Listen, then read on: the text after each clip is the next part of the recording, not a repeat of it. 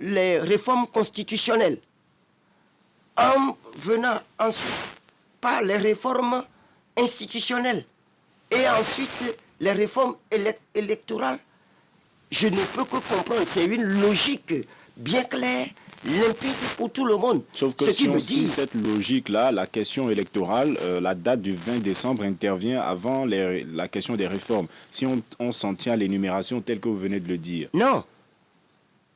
Que dit le point 37, le point 38 Le point 37 parle justement des législatives en son point D. Le point 37, point D, dit que la conférence exhorte le gouvernement à procéder à la révision électorale, à la révision intégrale du fichier électoral en vue de l'organisation le 20 décembre de législative. Et la question des réformes intervient au point 38, selon l'énumération, si on suit votre logique. Ah bon? Et tout le reste, alinéa 1, alinéa 2, alinéa... Bon, A, B, C et D. Du point 37. C'est le D seulement que vous avez... Vous avez mentionné déjà le point A qui parle des mesures de confiance et de la libération des personnes arrêtées dans le cadre des manifestations. Prenons le point A. Est-ce que c'est fait? Ce n'est pas fait. Donc ce qui vous inquiète, c'est que le gouvernement suive l'ordonnancement tel que fait par les recommandations? Non, vous allez comprendre tout à l'heure. Lorsque on vous dit d'aller aux élections, et vous êtes sûr que les institutions qui doivent connaître de ces élections-là, on dit qu'il faut les réformer. N'est-ce pas? La Cour constitutionnelle connaît des élections. Alors, quand les chefs d'État parlent de la recomposition et même de la limitation du mandat de la Cour constitutionnelle, cela veut dire qu'il fallait faire les réformes constitutionnelles avant ces élections-là.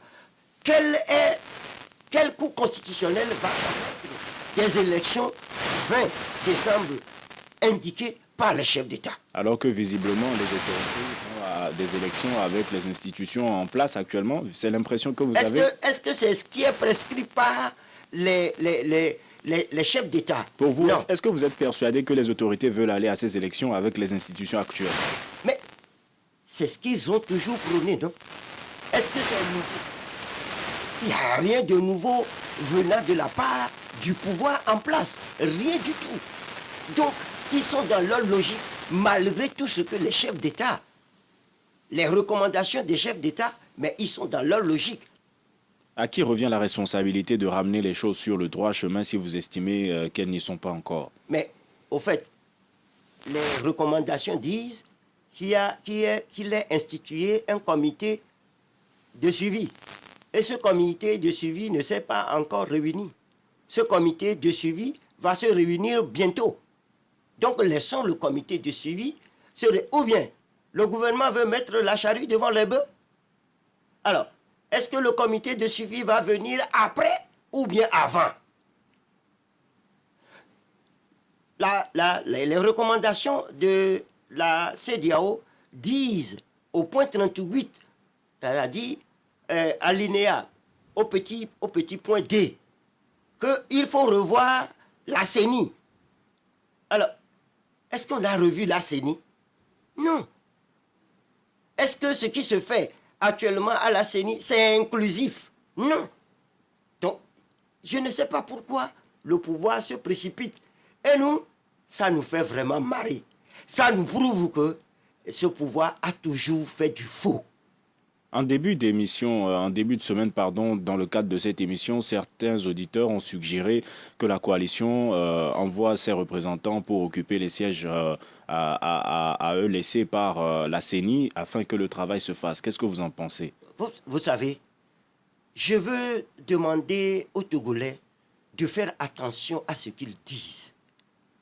Voilà un pouvoir qui a mis en place une CENI à lui. Cette CENI est composée de 13 membres. Et si je prends tous les membres qui sont dans cette CENI-là, tous sont d'un seul parti. Je répète très bien. Sauf que ce n'est pas le cas sur le papier. Mais je sais ce que je dis. Absolument. Mais selon les appartenances... Vous permettez que ce matin, je puisse mettre un peu les pieds dans les plats. Si les pieds sont droits et si les plats sont assez solides, allez-y. Mais permettez-moi de dire à haute voix aujourd'hui sur vos antennes que voilà, on met une CENI en place. Le président de cette CENI est le frère du chef d'état-major de l'armée togolaise. Vous pensez qu'un parti normal peut avoir confiance? Je veux dire ces choses-là aujourd'hui. Est-ce que vous pensez que c'est normal, connaissant bien le chef d'état-major de l'armée togolaise? Je dis ces choses-là, je ne suis pas contre la personne de quelqu'un. Justement, mais est-ce que les liens consanguins, si éventuellement ce que vous affirmez est vérifié, nous ne voulons pas entrer dans ce débat lié à des liens familiaux, mais est-ce que cela empêche une personnalité d'assumer une fonction qui lui est confiée dans une institution? Ah, dans un pays normal, non. Dans un pays de crise, oui. Et quand on connaît les agissements des uns et des autres, vous voulez que j'aille un peu plus loin? Mais à lui seul, il ne fait pas la saignée. C'est pour ça que je reviens à la question des auditeurs. Je dis, si vous voulez que j'aille un peu plus loin, je suis venu pour aller un peu plus loin aujourd'hui. Alors moi, je vous invite. Ouvrir la voie et ouvrir les esprits. Je vous invite à revenir brièvement sur la question. Oui, je vais revenir sur la proposition selon laquelle la coalition peut intégrer la CENI et ensemble travailler avec... Je suis en train de répondre à cette question-là.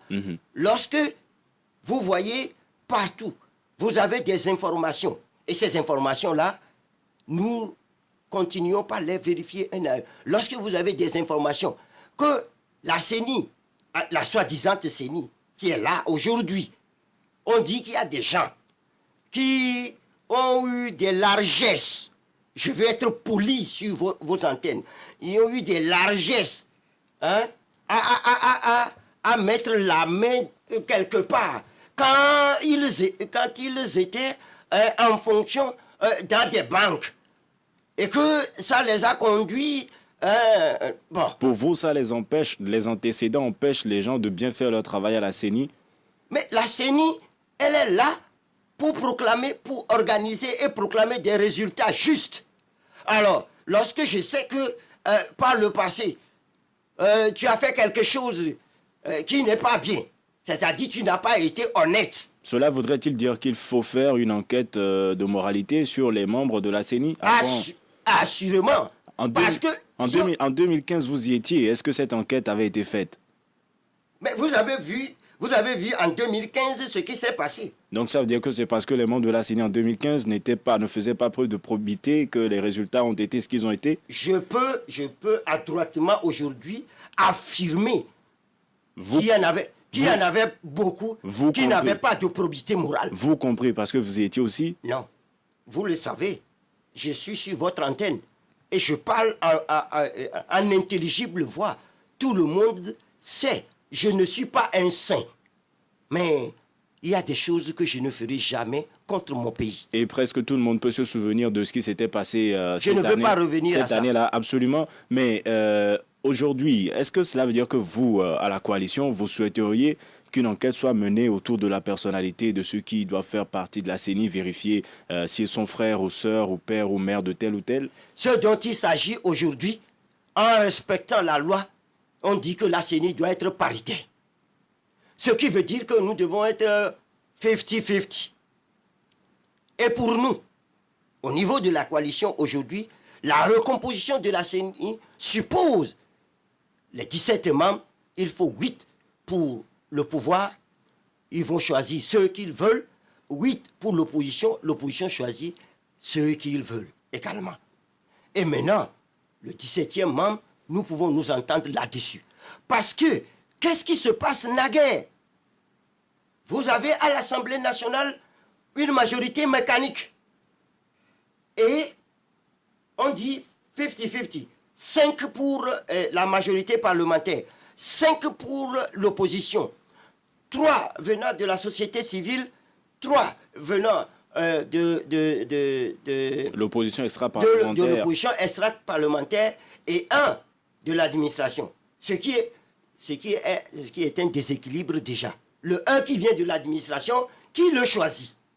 L'administration, s'il vient de l'administration. Écoutez, qui est le chef de l'administration aujourd'hui? Vous le connaissez? Ah bon? Ce qui veut dire qu'il y a déjà une disproportionnalité dans le choix de la CENI en ce moment n'est plus paritaire. Donc, mais attendez. Pour Attendez, aller plus loin et aller à autre sujet, vous souhaiteriez accepté. que la CENI soit composée comment? Je veux faire comprendre aux Togolais aujourd'hui ce qui se joue. Donc, nous avons au moins accepté qu'au moins l'administration, par le passé. Mais, qu'est-ce qui se fait à l'Assemblée? On dit 5 par la majorité parlementaire. 5 pour l'opposition parlementaire. La majorité parlementaire choisit ses membres. Il n'y a pas de problème. Lorsque l'opposition parlementaire veut choisir ses membres, c'est à ce moment-là que la majorité choisit pour nous, choisit pour l'opposition, ceux qui de l'opposition doivent siéger à l'Assemblée nationale. L'opposition parlementaire, vous connaissez les partis qui la composent. Ce sont ces partis qui devraient proposer... Alors, quand on doit choisir, il y a 5 places pour... je ne sais pas, 32 ou 35, 36 personnes, 36 députés. Comment doit-on les choisir de façon équilibrée, de façon à droite? La seule chose qu'il fallait faire, c'est la règle de 3. Vous avez 5 multiplié par 30, je ne sais quoi, et divisé par... Et vous avez chacun a déjà... Là, on peut estimer que c'est à l'opposition parlementaire de s'entendre. C'est à l'opposition parlementaire de faire ce travail-là. Ce n'est pas la majorité parlementaire qui choisit des gens. Vous voyez des gens qui ont deux députés, qui ont un représentant à la CENI, et les gens qui ont 3 députés qui n'ont pas de députés à l'Assemblée nationale. Ça veut dire quoi? Alors, disons qu'on n'en est pas encore là parce que la composition de la CENI elle-même, dans sa forme actuelle, vous semblez la contester. Avant qu'on aille à autre chose, comment voudriez-vous que la CENI soit constituée pour les législatives de décembre si jamais elles tiennent à cette date? Nous disons clairement, en suivant ce que les recommandations nous disent, aujourd'hui là, on recompose la CENI. Proprement et nettement. Selon quels critères? Selon quels critères? Oui, c'est-à-dire comment? C'est écrit que c'est paritaire, non? Donc ce schéma vous convient, la parité? Attendez, la parité, oui. Si c'est paritaire, oui, nous sommes d'accord. Mais la parité, maintenant, quand vous choisissez vos gars, laissez-nous choisir nos gars aussi. Donc pour vous, les législatives en 2018, cela pourrait tenir à condition que les réformes se fassent et que la CENI soit revue, si j'emprunte vos termes. Dans un premier temps, un bon travail qui va permettre au Togo de sortir définitivement de crise, c'est d'abord les réformes constitutionnelles. Ensuite, en faisant les réformes constitutionnelles, nous allons tomber sur les réformes institutionnelles. Parce que pour recomposer la CENI, pour recomposer la Cour constitutionnelle et pour recomposer la HAC, que je n'oublie pas, il faut faire la réforme constitutionnelle d'abord. Parce que les trois institutions-là deux sont constitutionnalisées.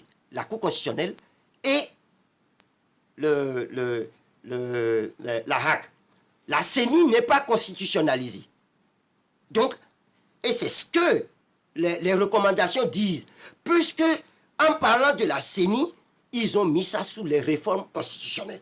Les chefs d'État sont assez intelligents pour mettre ça sous... Pour certains, c'est encore une interprétation. Non, ce n'est pas une interprétation. Voyez, dans tous les pays qui nous entourent, la CENI est constitutionnalisée. Il n'y a qu'au Togo que la CENI n'est pas constitutionnalisée. Il faut la constitutionnaliser. Et en faisant ça, en faisant cette réforme constitutionnelle, en dehors de tout ce qu'il fallait faire dans la Constitution, on revient maintenant et on recompose selon... Ce qui veut dire que pour faire les élections législatives, le 20 décembre, il va falloir refaire ce qu'on appelle le code électoral. Puisqu'il est dit qu'il faut maintenant le vote des Togolais de l'étranger. Alors, comment allons-nous le faire si le code électoral actuel n'est pas révisé? Comment allons-nous le faire? Parce qu'il faut une loi pour pouvoir arriver à le faire. Avant d'ouvrir le standard, donc vous l'avez dit en début d'émission, c'est à la commission de la CEDEAO, le comité de suivi, de donner le là ou pour que les choses se mettent en branle, si vous estimez que jusqu'ici on est resté immobile? Je vous laisse vous rafraîchir. Je veux dire à vos auditeurs que l'opposition n'a pas dormi. À partir du 31, déjà, la nuit du 31 juillet dernier, l'opposition a planché sur la feuille de route. Mais jusqu'ici, les Togolais ont le sentiment que les choses ne bougent pas. D'où la question. Attendez, attendez que j'explique. À quand la manifestation de la mise en œuvre de... Attendez. Nous avons planché sur là. Nous avons compris. Vous savez, il y a des thèmes diplomatiques dans cette feuille de route. Ce sont des chefs d'État qui ont travaillé. Donc, nous avons voulu comprendre. Et pour comprendre, n'oubliez pas que le ministre des Affaires étrangères a lu un document qui n'est pas conforme au document initial signé et paraphé par les chefs d'État. Le document initial ou le document final? Parce que le document final, c'est celui-là qui a été paraphé. Le document initial, parce qu'avant que le ministre des Affaires étrangères du Togo ne vienne lire, les chefs d'État doivent être d'accord, paraphé, signé. Mais est-ce que vous voyez le ministre des Affaires étrangères, le ministre togolais, lire un document devant des chefs d'État qui ne soient pas en accord avec ceux dont ils ont discuté durant les travaux? Je vais vous dire que ce procédé-là n'est pas... est une habitude pour le pouvoir. Il y a plusieurs rapports qui ont été déjà édulcorés dans ce pays. Devant le silence des chefs d'État qui sont là, assis dans la salle? Mais c'est un communiqué où on lit. C'est fini. Je ne veux pas aller dans les détails pour vous. Je ne veux pas aller dans les détails pour vous dire ce qui s'est passé dans la salle Fazao du 2 février à la lecture de ce truc-là. Je ne veux pas le dire. C'est pas ça qui est important. Parce que la clarification a été faite et on sait désormais quel est le bon document, n'est-ce pas? Le document final. Oui. Bien. C'est à travers ce document-là, le document final paraphé, que nous avons fait les études. Et la coalition a pondu un document sur ce truc. Ce document, en deux versions, version française et anglaise, les deux documents ont été envoyés aux facilitateurs. Souvenez-vous que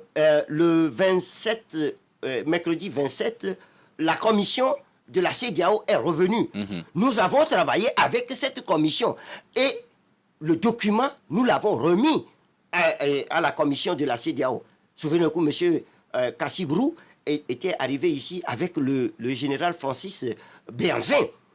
Alors, ce travail a été fait en bonne et due forme pour montrer à la CEDEAO que nous avons compris leurs recommandations et que les insuffisances, il fallait que nous connaissions le Togo. Pourquoi nous avons fait ce travail? C'est que nous connaissons le Togo.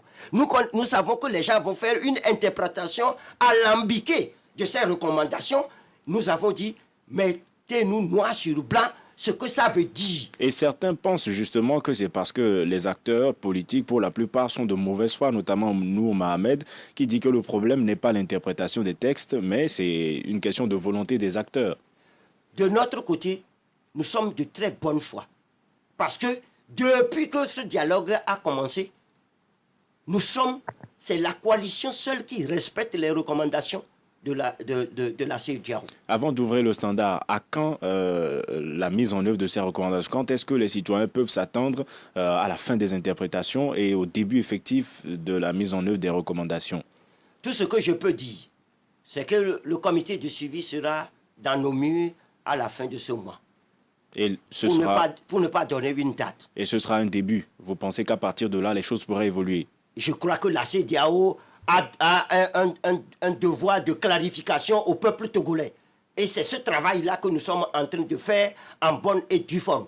Nous avons saisi le président en exercice de la CEDEAO, le général Mohamed Bouhari, avec les documents. Nous fonctionnons dans la clarté.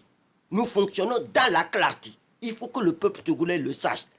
Nous allons maintenant voir ce que les auditeurs en pensent. Le 91 09 71 71 ou le 96 61 58 58. Le premier auditeur en ligne. Allô? Allô, bonjour. Bonjour, madame ici, comment allez-vous? Ça va. À quand vous attendez-vous au début de la mise en œuvre des recommandations? Ce qu'on attend des recommandations.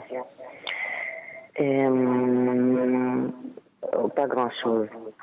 Et pas grand-chose parce que je pense qu'on devrait supprimer toute élection au Togo. Donc pour vous, le travail de clarification que la coalition veut faire est inutile ou pas nécessaire? C'est inutile parce que la CEDEAO et toutes ces entités sont composées par nos chefs d'État. C'est nos chefs d'État qui composent ces trucs-là. Bien, donc vous n'attendez pas grand-chose d'eux. Non. Merci.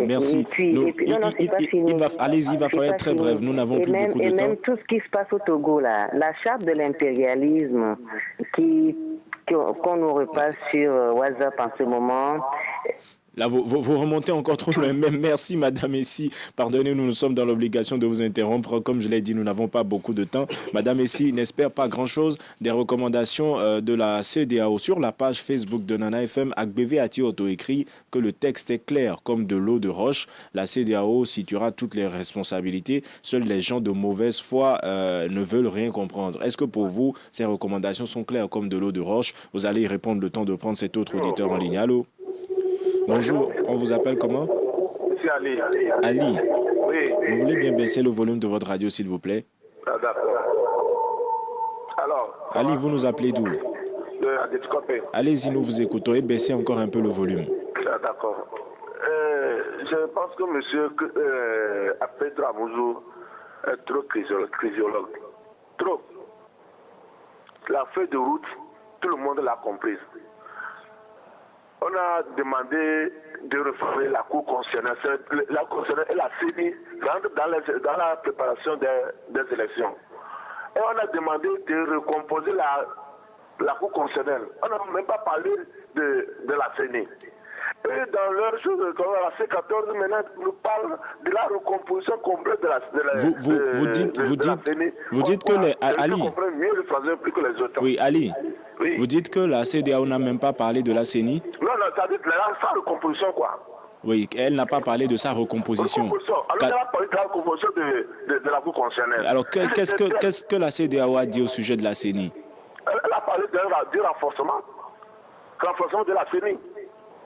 Alors, il faut renforcer, ça veut dire qu'il y avait quelque chose qu'il faut renforcer. Alors, le texte que nous avons dit, renforcer le processus électoral, en particulier le fonctionnement effectif avec la participation inclusive de l'ensemble des acteurs à la CENI. Bien sûr, cela veut dire que les gens qui n'étaient pas là n'ont qu'à se joindre à la CENI. C'est ça qu'il faut reprendre. Qu'est-ce que gênait à la feuille de route de dire de reprendre la CENI? Qu'est-ce que gênait de dire ça clairement? Nous avons dit clairement de reprendre la Cour constitutionnelle. Qu'est-ce que les jeunes de prendre la Cour, la CENI s'il était telle? Bien. Nous vous disons merci, Ali, d'avoir participé à ce débat. Passez une excellente journée. Alors, Ali, comme Agbeve dit que le texte est clair et que la CEDEAO n'a pas utilisé le terme recomposition en ce qui concerne la CENI, mais la rendre plus inclusive. Et au point C, la CEDEAO parle de recomposition de la Cour constitutionnelle et il pense que si c'est ce que la CEDEAO voulait, elle aurait pu utiliser le même terme pour la CENI. Je veux dire à mes compatriotes de ne pas se méprendre une seule seconde. Le Togo traverse une crise profonde. Nous n'allons pas faire du flonflon. Il faut que nous puissions prendre les choses à bras le corps et trouver les justes solutions. Alors, lorsque M. Ali dit non, il faut aller. Ah bon? Ah bon? Monsieur Ali, vous connaissez comment les élections se passent dans ce pays? J'ai été vice-président de la CENI. Je sais comment on fout les élections à la CENI. Je vais vous faire un tableau. Comprenez ça. Ne venez pas nous rabattre les oreilles. Il parle du texte, pas du fonctionnement de la CENI. Lorsqu'on dit inclusif, ça veut dire que nous tous devons travailler avec consensus. Inclusif, c'est que je suis d'accord, l'autre aussi est d'accord. C'est ce que ça veut dire. Et si on me parle, on me dit que je ne comprends pas français, je l'admets, je ne suis pas français.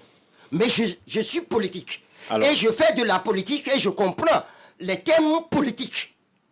Ici, il ne s'agit pas de faire une dissertation. Il s'agit de poser des actes politiques.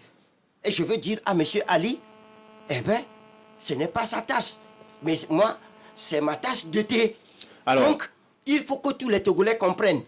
Et pourquoi on a demandé la recomposition de la Cour constitutionnelle? Et pourquoi on n'a pas demandé la recomposition de la CENI? Écoutez, c'est demandé, c'est le thème, c'est pourquoi je vous ai dit, il faut s'asseoir et comprendre les termes politiques et les termes diplomatiques. Et là, on entre encore en interprétation. Non. Parce que sur la base des mots, comme le dit Ali... Si vous ne comprenez pas, vous allez faire une lecture sommaire des choses et vous allez dire, s'il vous plaît, En même temps, n'importe quoi. Vous ces allez dire n'importe recommandations, quoi. ce n'est pas la Bible ni le Coran non plus.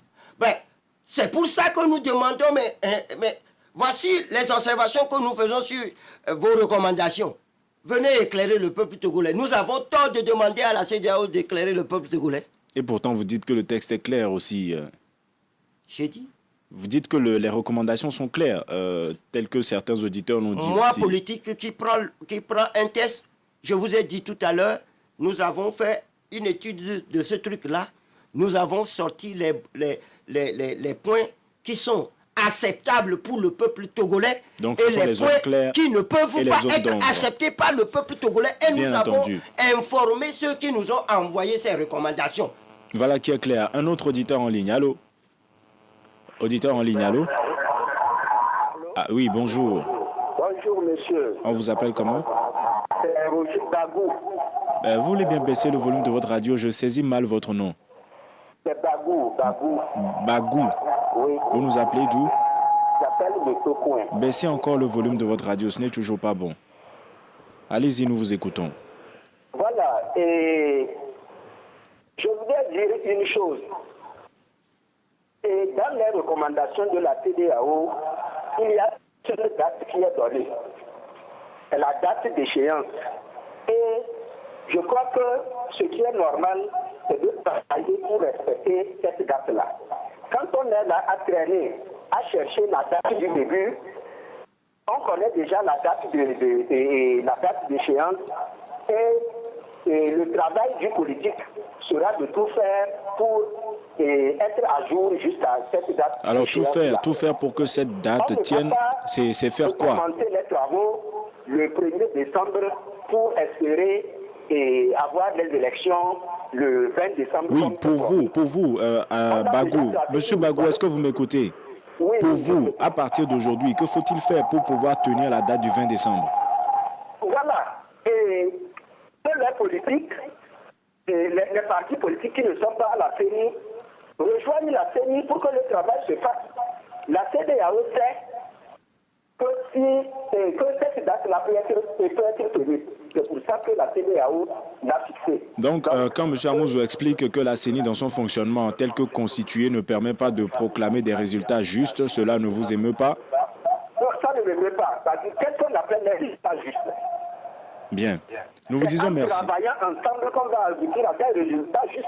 Il ne faut pas rester dehors pour après dire que les résultats ne sont pas justes. Bien, merci M. Bagou d'avoir participé à ce débat. Passez une excellente journée. Le 91 09 71 71 ou le 96 61 58 58. Nous vous rappelons que nous sommes dans le débat avec Francis Pedro Amouzou, membre du bureau national de l'ANC, l'Alliance nationale pour le changement, parti membre de la coalition. Et vous pouvez également y participer en composant le 91 09 71 71 ou le 96 61 58 58. Encore un auditeur en ligne et M. Amouzou réagira à l'ensemble. Allô? Alors, bonjour Afano. Bonjour, Kanidek. Kanidek? Allô? Allô? Oui, c'est Kanidek. Oui, comment ça va? Ça va, Dieu merci. Allez-y, nous vous écoutons. Monsieur Pedro, bonjour. Bonjour, monsieur Kandek. Antoine, bon, il faut clarifier bien les choses. On a parlé du renforcement de la CENI. On a parlé des réformes électorales. Sans fixer une date pour ces réformes-là, on a fixé une date pour les élections. Et la CENI actuelle court vers le 20 décembre. Bon, sur quelle base, sur quel code électoral, sur quelle réforme électorale cette CENI va organiser ces élections-là? C'est la question que moi je me pose. Si aujourd'hui, le président de la CENI invite les membres de la C14 à venir pour voir comment on peut renforcer la CENI, moi je serai d'accord.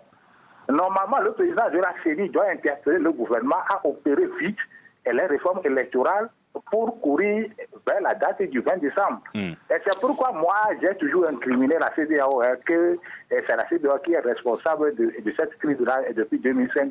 Donc pour vous, pour la mise en œuvre de ces recommandations, c'est la CEDEAO qui doit encore intervenir?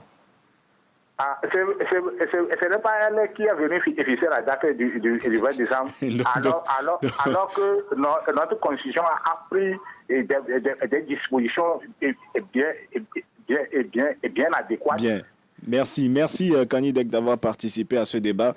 Passez une bonne journée. Alors, Bagou, lui, il pense qu'il faudrait aller à la CENI, travailler ensemble et avoir des élections qui soient crédibles et transparentes.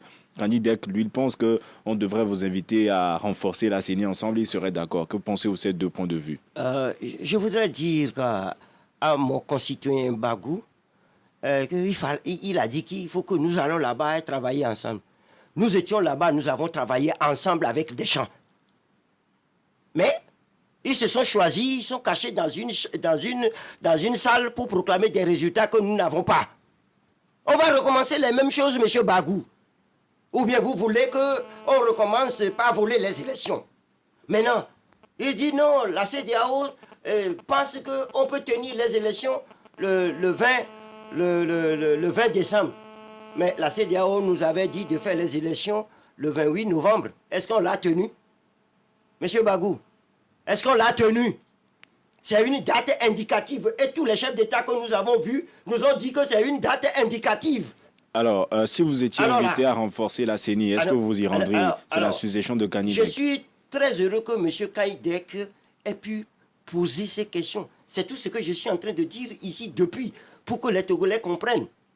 Sur quelle base cette CENI-là est en train aujourd'hui de faire les élections?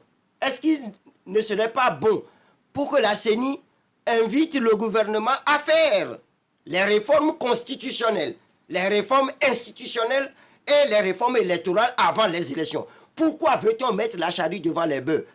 On veut mettre les charrues devant les bœufs parce que on veut encore frauder les élections. Et je veux dire au peuple togolais aussi, quand la CEDEAO a demandé que la CENI arrête ses travaux, la CENI n'a pas arrêté ses travaux, puisque nous avons la minute maintenant de la CENI, puisqu'ils travaillent nuitamment. On ouvre les portes de derrière pour les membres de la CENI, nous avons tout. Nous avons tout. Cette CENI a continué pas à travailler. ZS a continué pas à travailler. Certains pourraient croire que vous parlez en termes d'image, quand vous parliez de fenêtres et autres. Je dis que nous allons prouver qu'ils ont travaillé pendant la nuit, au moment où la CEDEAO leur a demandé d'arrêter. Prouver à la commission de la CEDEAO. La preuve. Prouver à la commission de la CEDEAO. Oui, la preuve. Vous avez vu à quelle vitesse ils ont nommé les membres des CELI. Vous voyez à quelle vitesse? Alors, à quel moment ils ont fait tout ce travail? Ils ont fait tout ce travail-là. Maintenant, écoutez, peuple togolais, nous ne sommes pas en train de tirer à Hu et à Dia. Nous sommes en train de dire le Togo doit sortir définitivement de crise et il faut que nous nous asseyons pour faire bien les choses. On ne peut pas faire des élections sans faire les réformes constitutionnelles. Alors, sur la page Facebook de Nana FM, la plupart estiment que tout ceci s'arrêtera. Il y en a même qui parlent de récréation. Ils pensent que la commission de la CEDEAO viendra siffler la fin de la récréation. À côté, Kanko dit qu'on attend les émissaires de la CEDEAO pour éclairer l'opinion. Étienne Diatta dit que le texte est clair, mais comme toujours, certains cherchent à créer un blocage par des interprétations bidons. Dans tous les cas, les représentants de la CEDEAO reviendront pour redire et bien expliquer ce fameux texte. Vraiment, nous sommes compliqués dans ce pays, écrit-il. Et puis, Maouli Ablégou dit qu'il faut que ceux qui sont en charge de la gestion de notre bien commun retrouvent la voie de la raison, sinon l'horizon est incertain. Un autre auditeur en ligne, et je crois que ce sera le dernier. Allô? Allô? Bonjour. Oui, bonjour, monsieur Pelé. Monsieur Pelé, depuis Doula-Samé, comment allez-vous? Oui. Allez-y, nous vous écoutons. Allez-y, Pelé. Oui, la CEDEAO a dit que à la CENI, il doit y avoir une expertise. C'est-à-dire la CEDEAO n'a qu'à venir expliquer ce que l'expertise veut faire. Maintenant, qui a dit à la CEDEAO d'arrêter les travaux? C'est la CEDEAO. Il faut que la CEDEAO revienne pour dire à la CENI de commencer. Pourquoi elle commence à la va-vite? Donc la question maintenant, c'est à la CEDEAO d'interroger. Est-ce que c'est elle qui a dit à la CENI de recommencer les travaux? C'est ça l'essentiel. Bien. Nous vous disons merci, Pelé, qui attend aussi la commission de la CEDEAO. Et une réaction sur la page Facebook de Nana FM. Tchande Adingo écrit que les textes sont clairs. L'opposition dans ce désordre n'est pas prête pour aller aux élections. Ce sont des polémiques inutiles. Est-ce qu'aujourd'hui, à votre avis, l'opposition est prête pour participer à des élections? Parce que très souvent, vous avez été accusé d'avoir peur des élections, ainsi de suite.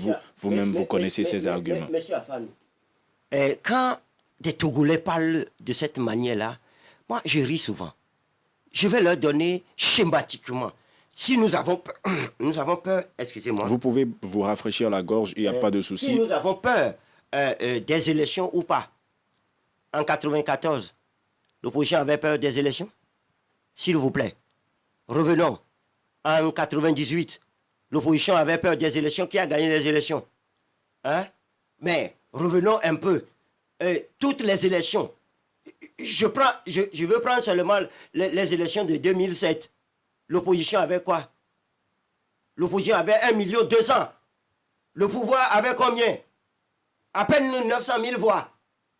Mais c'est le pouvoir qui a plus de députés à l'Assemblée nationale. Vous voulez qu'on continue comme ça? C'est pour cela que nous demandons le découpage électoral. On ne saurait faire des élections dans ce pays sans faire un découpage électoral en bonne et due forme. Parce que ce n'est pas normal que la constitution de notre pays nous dise nous sommes égaux devant la loi. Cela veut dire one man, one vote. Un homme, une voix. Et que dans un pays comme cela, 100 000 élisent un député quelque part et 5 000 élisent un député d'autre part. Ce n'est pas normal. Il ne faut pas qu'on fasse des choses comme ça. Il faut que le peuple togolais comprenne finalement. Qu'est-ce que nous voulons au Togo? En réalité, on se demande, mais est-ce que les Togolais, qu'est-ce qu'ils veulent? Et ça nous complique la tâche souvent. Lorsque les gens viennent nous aider, ils se posent des questions. Pas ce que les gens disent. Bon, vous n'avez rien compris. L'opposition a peur des élections. Et qui se cache derrière je ne sais quoi, pour proclamer des résultats faux. Ce n'est pas l'opposition, c'est bien le pouvoir qui fait ça. Le pouvoir n'a jamais gagné les élections et nous avons la trame de toutes les élections au Togo. N'en déplaise à ceux qui pensent que nous avons peur. Nous, on veut aller, aux élections. Mais ce que nous demandons que ces élections-là soient les mieux organisées, équitablement, de façon transparente, et que le résultat soit accepté par tout le monde. On peut considérer cela comme votre mot de la fin? Mais je veux dire au peuple togolais, balater. La chose politique, c'est vrai, tout le monde l'a fait. Mais, de grâce, ne mélangeons pas les torchons et les serviettes. De grâce, ne faisons pas une bouillabaisse pour dire, non. Lorsque les gens sont 13 et vous êtes 4, vous ne pouvez pas influencer le débat. Il faut que les gens le comprennent. C'est pour ça qu'on a dit, la CENI est indépendante, elle est composée paritairement. Merci. C'est ce que ça veut dire. Il faut que les Togolais le comprennent une fois pour de bon. Et je profite pour dire, cette clarification que je suis en train de donner, la C14 va l'élargir en faisant une conférence de presse tout à l'heure à 10h, et que le peuple togolais soit à l'écoute pour voir si c'est cette coalition qui ne veut pas avancer ou c'est le pouvoir qui fait des entourloupes comme toujours pour et essayer de dribbler les chefs d'État de la CEDEAO. Merci Francis Pedro Amuzo. Je rappelle que vous êtes membre du bureau national de l'Alliance nationale pour le changement ANC, parti membre de la coalition. Merci d'avoir accepté notre invitation. Ce débat ainsi s'achève. Merci à vous, auditeurs, de l'avoir suivi. Merci à vous qui y avez participé par téléphone comme par Internet. Antoine Tété Omeni était à la mise en onde. Je m'appelle Antoine Afanou et nous vous donnons rendez-vous demain matin dès 7h15 pour un nouveau débat. Très bonne journée à vous.